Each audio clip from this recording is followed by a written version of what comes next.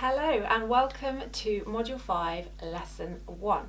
And in this lesson, I'm going to be talking to you about how you can measure your success. So measuring something like blogging success can be quite a tricky one. And it's something that people make two key mistakes with.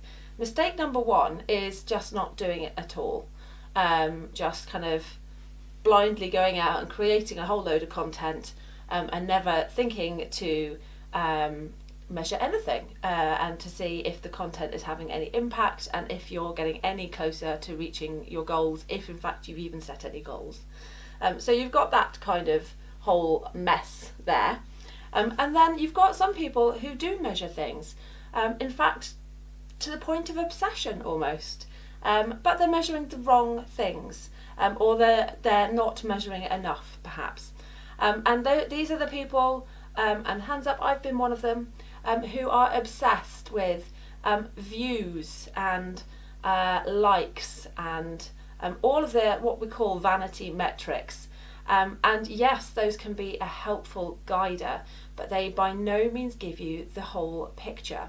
And if that's all you're following, if that's all you're measuring, then you're probably drifting off the path towards your goals. So in this video, I want to give you a few pointers to help you make sure that you're measuring the right things. By measuring the right things, you will be able to stay focused. You'll be able to keep your business activities aligned with those goals that you've set, and make sure that you're continuing to move forwards in the right direction. So it's so important. So let's start off by talking about some of the things that you should be measuring. So first of all, in order to know what to measure, you need to know what your goal is. So if you think back to earlier modules of this course, we looked at firstly setting your business goals, so coming up with your purpose. What is the purpose of your blog? When we were answering those questions, what are you there to do? Who are you there to help?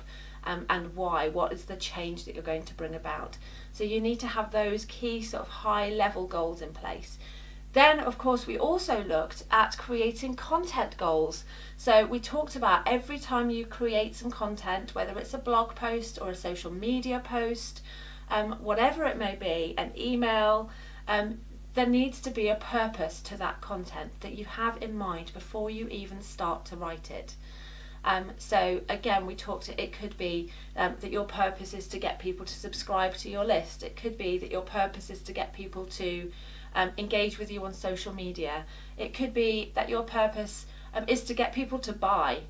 So whatever that purpose is, having that purpose in mind before you create your content is key. And then when it comes to measuring success, having that purpose in mind is going to tell you what to measure. So in case you're not sure what I'm talking about, let me give you an example. And this is actually an example that I used in a previous blog post that I wrote about how to measure content marketing.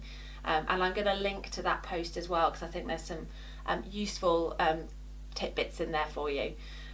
So the story that I tell, or the example that I give, is one of a fitness coach. Okay, and this is completely made up, by the way. So imagine you're a fitness coach, and the purpose of your business is to help people lose weight through a combination of healthy eating and exercise. So in order to help people with that, you have created some fitness plans. And through your blog, through your business, you have decided to sell these fitness plans to help people lose weight. So your overall blogging goal, business goal would be to help as many people as possible to lose weight through a combination of healthy eating and exercise. Okay.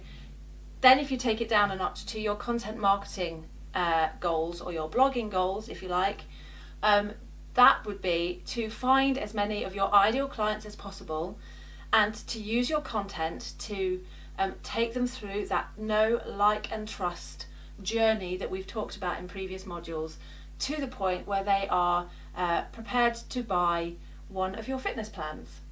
So that's the kind of the goals that you have for your content, is that you're wanting to take people through this journey so that they will know, like and trust you enough to buy one of your fitness plans, and in doing so will be able to lose weight. So the strategy that you might use is to use your blog. So you create some fantastic content on your blog to help people understand the importance of healthy eating, the great benefits of regular exercise, and perhaps you post videos giving them examples of exercises that they can do.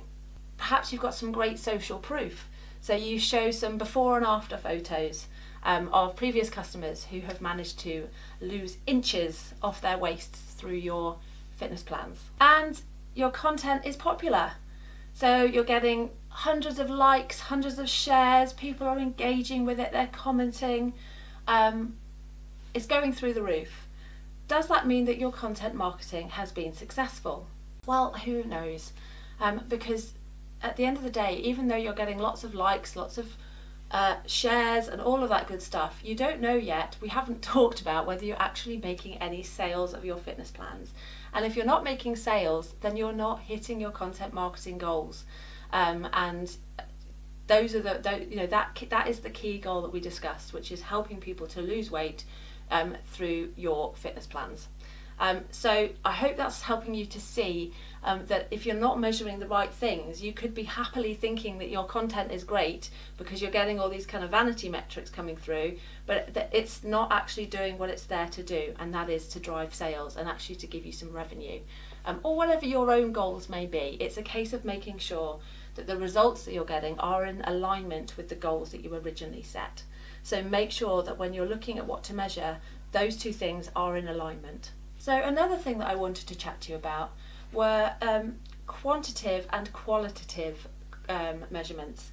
So you may have already heard of these before, but it's important that you're doing both. So your quantitative measurements are those that are kind of based around facts and figures. So those might be your views, your number of sales, your number of subscribers. They're kind of hard and fast facts and figures that you can use to kind of measure the growth, measure the success of your blogging and your business. And then you've got the qualitative measurements, which are the more sort of, I guess, airy-fairy measurements, and that's more about what do people think, what is the opinion, what is the feedback that you're getting. So this is where getting customer feedback is so important, because it gives you that other side, it gives you the balance, because facts and figures will only tell you so much. Your customers will give you the other side of the story. So make sure that you're doing a bit of both, and make sure that you're getting that customer feedback as well as measuring the facts and figures. And then before we finish this lesson, let's talk about what you do with those measurements once you've got them. And this is the key part, because the whole point of measuring your success is so that you know if you need to make changes. So if you're measuring and you can see that what you're doing isn't working, it isn't taking you closer to those business goals, those blogging goals that you've set, then you need to make a change. So you need to identify what isn't working and make a change. So I'm going to give you another example. So let's say, for example, you have created a lead magnet. So you've created a little free gift that you're offering people in order to get their email addresses. Okay, so you've got your lead magnet, let's say it's a checklist, and you've set up a nice landing page where people can sign up for that checklist. And perhaps you've got a Facebook ad that you've created in order to tell more people about your lead magnet. Okay, so you've got all that in place and it's not working. Something's not working. You're not making conversions, you're not getting people signing up to your email list. How do you know what to change? By measuring each stage, it will identify which area needs to change. So perhaps your Facebook ad is converting brilliantly. Your Facebook ad is sending hundreds of people to your landing page. But perhaps your landing page isn't converting so well, and only a handful of people are going from your landing page through to signing up for your freebie. So therefore, you know, because you've measured both parts, you know that it's your landing page that needs attention, and that's what you can tweak. Rather than just completely changing your whole journey, you can see that the Facebook ad is fine and that's working great, and you can just focus your attention on that one particular area. So you're saving yourself time, and you're going to have more impact when you do make those changes. So make sure that what you're measuring, you're then sort of analysing and you're checking, what's working, what's not working, what do I need to change, and then test again. So I hope that's helpful. Make sure that you are measuring, and make sure that you are changing things accordingly. It can sometimes feel a bit scary, especially if it's big changes that are needed, but it's so worthwhile making those changes in order to see your results improve. So that's it for lesson 1. I shall see you in lesson 2.